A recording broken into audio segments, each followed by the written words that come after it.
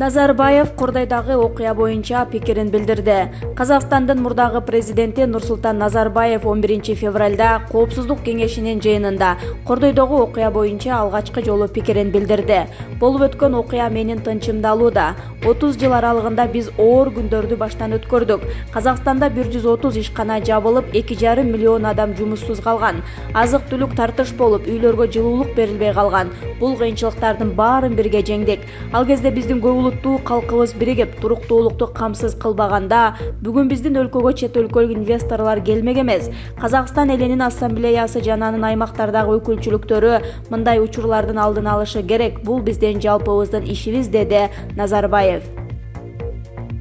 Жамбыл областынын жаңы дайындалган губернатору Бердибек Сапарбаев 9-10 февраль күндөрү Кыргызстандан Казакстанга 8.000ден ашуун Дунган улутундагылар кайтканын билдирген. 8 февралга караган түнү Казакстандын Кордай районундагы Масанчы, Сартөбө, Кара Кемер айылдарындагы башаламандыктан 10 адам каза болуп, ондогон адам жаракат алган. 30дан ашык турак жай, 15 соода түйөнү, 23 машина талкаланган же өрттөнгөн. Тополоң чыккан бул айылдар Кыргызстандын Токмок шаарына тушташ Чүй дарыясынын аркы өзүндө жайгашкан. Зомбулуктан улам миңдеген киши Кыргызстанга качкан. 11 февралда Жамбыл областынын губернатору Бердибек Сапарбаев акыркы 2 күн ичинде Кыргызстандан 8.000ге жакын Дунган улутундагылар кайтып келгенин билдирген.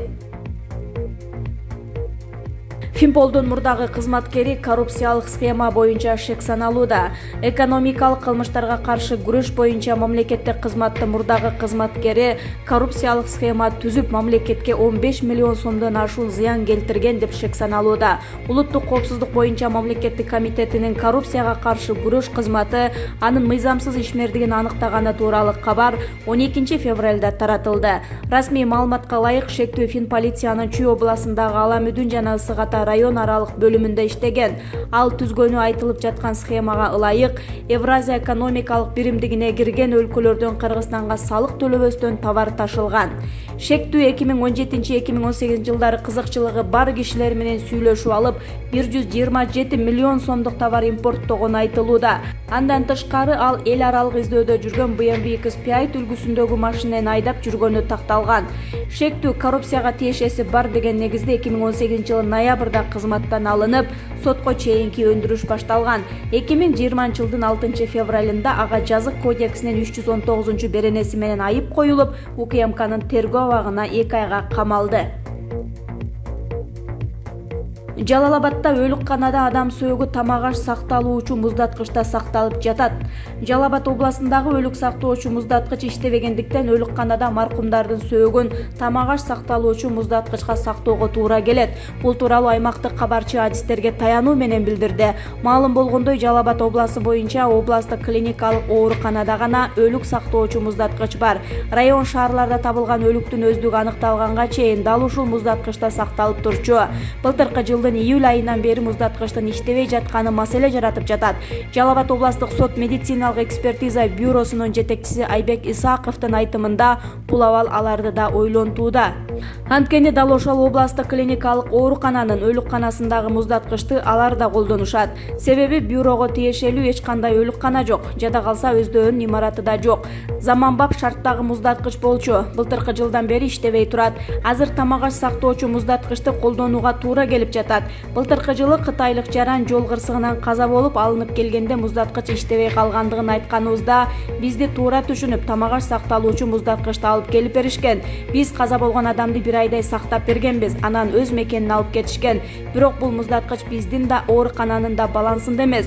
Муну өлүктү сактоо үчүн алып бергендер демөөрчүлүк иретинде ташташкандыгын да айтышкан эмес. Кайсыл күн алып кетишет, ал бизге караңгы, деди ал. Белгилүү болгондой, областтык ооруканадагы өлүкканада турган чакан муздаткычка бир өлүктү сактоого мүмкүн. Жакында эле Улуу Ата мекендик согуштун катышуучусунун сөөгү кызы Москвадан келгиче сакталып турду. Айтор, ушул муздаткычтын жардамында өлүктөр сакталып, дарыгерлер абалдан чыгып жатышат. Ал эми областтык ооруканадагы 2 көздүү заманбап муздаткыч бузулуп калгандыктан 2019 жылдын июль айынан бери иштебей турат. Окуучунун мектептеги өлүмү иликтенүүдө. Бишкек шаарында мектеп окуучусунун өлүмүн Свердлов райондук милициясы иликтеп жатат. Шаардык ички иштер башкармалыгынын басма сөз кызматы билдиргендей, 16 жаштагы өспүрүмдүн сөөгү 16 мектептин ажаатканасынан 11 февралда табылды. Аны мектептин кароолчусу байкап калган. Маркум өзү шаардагы номер 64 мектепте окуган. Окуянын чоо жайы азырынча маалым эмес. Милиция өспүрүмдүн сөөгү башка мектептен табылганы да табышмактуу экенин айтууда. Чек ара кызматы. Майрам Акаева Кыргызстанга келген жок. Кыргызстандын мамлекеттик чек ара кызматы мурдагы президент Аскар Акаевдин жубайы Майрам Акаева Бишкекке келгени тууралуу маалыматтар чындыкка дал келбей турганын билдирди. 12 февралда айрым интернет сайттар Акаева Кыргызстанга келгенин, ал эл аралык Манас аэропортунун VIP залы аркылуу чек ара көзөмөлүнөн өткөнүн жазышкан. Майрам Акаева күйөөсү Аскар Акаев Кыргызстандын президенти болуп турганда Мээрим кайрымдуулук фондун жетектеген. Тарыхый булактарда 2005-жылы март окуясынан келип чыгышына мурдагы президенттин аялы менен балдарынын бийликке аралашканы түрткү бергени айтылып жүрөт. Аскар Акаев президент катары Кыргызстанды 1991-жылдан 2005-жылдары башкарган. 2005-жылдын 24 мартындагы окуялардын жүрүшүндө бийликтен кулатылган жана Орусияга качкан.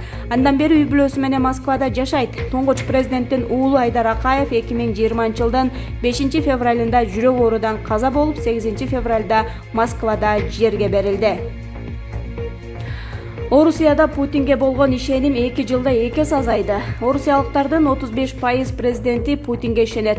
Левада борборунун январдагы сурамжылоосу бул көрсөткүч 5 ай мурункуга салыштырмалуу 4%га азайганын жарыялады. 2017-жылдын ноябрында сурамжылоо Путинге болгон ишеним 59% экенин көрсөтсө, 2 жылда ал 2 эсеге азайган.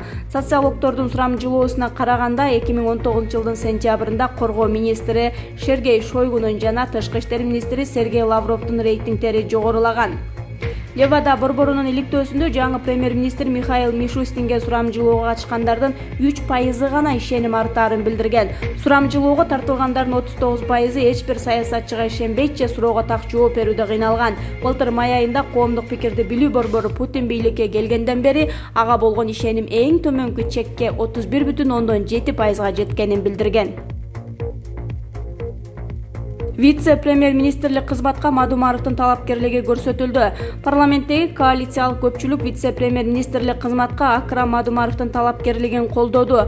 Бул маалыматты Жогорку кеңештин депутаты Мирлан Жээнчураев тастыктады. Өкмөт башчы көрсөткөн Мадумаровдун талапкерлиги жалпы жыйында качан каралары азырынча белгисиз. Акрам Мадумаров өкмөттүн Баткен областындагы ыйгарым укуктуу өкүлү болуп иштеп жаткан. Ал бул кызматка 2019-жылдын апрель айында дайындалган. Ага чейин мамлекеттик кадр кызматын жетектеген.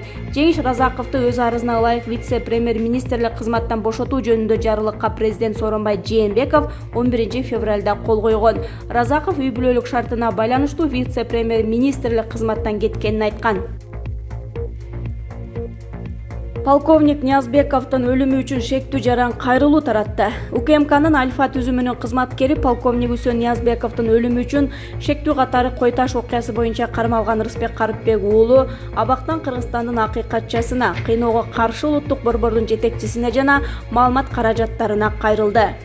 Кайрылууну Атамбаевди колдогон Кыргызстан социал-демократиялык партиясы 12 февралда таратты. Кол жазма жана электрондук түрдө таратылган кайрылууда Карыпбек уулу өзүн ички иштер министрлигинин уюшкан кылмыштуулукка каршы башкы башкармалыгынын кызматкери Эмирлан Султаналиев кармаганын, министрликтин имаратында уруп сабап, коркутуп, сүйлөтүп, уюлдук телефондун камерасына жаздырып алганын билдирди. Ал ошол эле видео интернетке тарап жатканын кошумчалап, тергөөдө күнөөсү жок экенин аныкталганын кошумчалаган. Ички иштер министрлиги да Эмирлан Султаналиев азырынча буга комментарий берелек. 2019-жылдын 7-8 августунда Чүйдүн Кой Таш айылында мурдагы президент Алмазбек Атамбаевди кармоо операциясы башаламандык менен коштолуп, анда Альфа атайын түзүмүнүн кызматкери полковник Үсөнбек Ниязбеков окко учкан. Атамбаев 8 августтан бери УКМКнын тергөө абагында отурат. Аны кармоо операциясында 225 адам жабыркаган. Бекешев Акрам Мадумаровго: эми ар бир министрди галстук үчүн урушасызбы? Бүгүн 12 февралда парламентте вице-премьер-министрликке Акрам Мадумаровдун талапкерлиги каралды. Жогорку кеңештин депутаты Дастан Бекешев Акрам Мадумаровдун галстук боюнча мугалимдерди сындаганын эске салды. Буга чейин мугалимдерди галстук тагынбаган үчүн уруштуңуз эле. Эми ар бир министрди галстук үчүн урушасызбы, деди Бекешев. Ал эми Мадумаров депутаттын суроосуна жооп берди. Мен жетекчи катары окуу жайга барып, окутуучуларга сын пикир айткам. Мен өзүм мугалим болуп иштегем. Мугалимдерди урматтайм. Ал жерде мугалимдерге, окуучуларга шарт түзүп берүү биринчи максат, дейт талапкер Мадумаров. Отунбаева: коррупция коронавирустан да коркунучтуу. Бишкекте журналисттик иликтөөлөр фонду уюштурган Уланбек Эгизбаев атындагы жыл сайын ыйгарылуучу сыйлыктын жеңүүчүлөрүн сыйлоо азем өттү. Ага катышкан экс-президент Роза Отунбаева Уланбек Эгизбаев иликтеп кеткен иштер жаш журналисттерге үлгү боло турганын белгилеп, өлкөдө коррупцияны иликтөөгө алган журналисттер көп болушу керек экенин айтты. Отунбаева жаш журналисттерди Эгизбаевдин ишин улантууга чакырды. Мындан тышкары экс-президент коррупция менен күрөшүү өтө оор экенин белгилеп, коррупция азыркы тарап жаткан коронавирустан да коркунучтуу экенин айтты. Жээнбеков МАМ курулуштун жетекчисине: колуңардан келбесе кеткиле. Сооронбай Жээнбеков мамлекеттик курулуштун башчысы Бактыбек Абдиевке ишин так аткара албаса кызматтан кетүүсүн айтты. Туруктуу өнүгүү боюнча Улуттук кеңештин алдындагы өндүрүштү жана ишкердикти өнүктүрүү комитетинин экинчи отурумун жаап жатып, президент көп кабаттуу үй куруу үчүн 50дөй макулдашуу жана 100 кишинин колу талап кылынарын белгиледи. Ушундан улам акыркы 4 жылдан бери Doing Business рейтингинде Кыргызстан 20-орундан 90-орунга түшүп калган. Бул жерде курулушка уруксат алуу тармагындагы индикатор туурасында сөз жүрүүдө. Эгер колуңардан келбесе, анда кеткиле да. 100 кишинин колун жана 50дөй макулдук алуу үчүн кезекте канча туруу керек? Жон гана чөнтөк толтурмай, жыйынтык чыгаргыла же кеткиле, деп айтты Жээнбеков. Ошондон кийин гана атка минердин отуруусуна уруксат берди. Стамбулда учак башкарып бараткан учкуч эс учун жоготту. Австриянын Вена шаарынан учуп чыккан учкуч Стамбулга эс учун жоготкон абалда конду. Бул тууралуу дүйнөлүк басылмалар жазып чыгышты.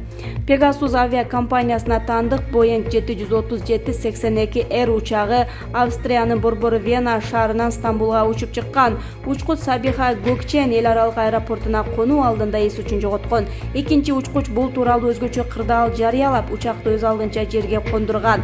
Учкучту дароо тез жардам кызматы алып кеткен.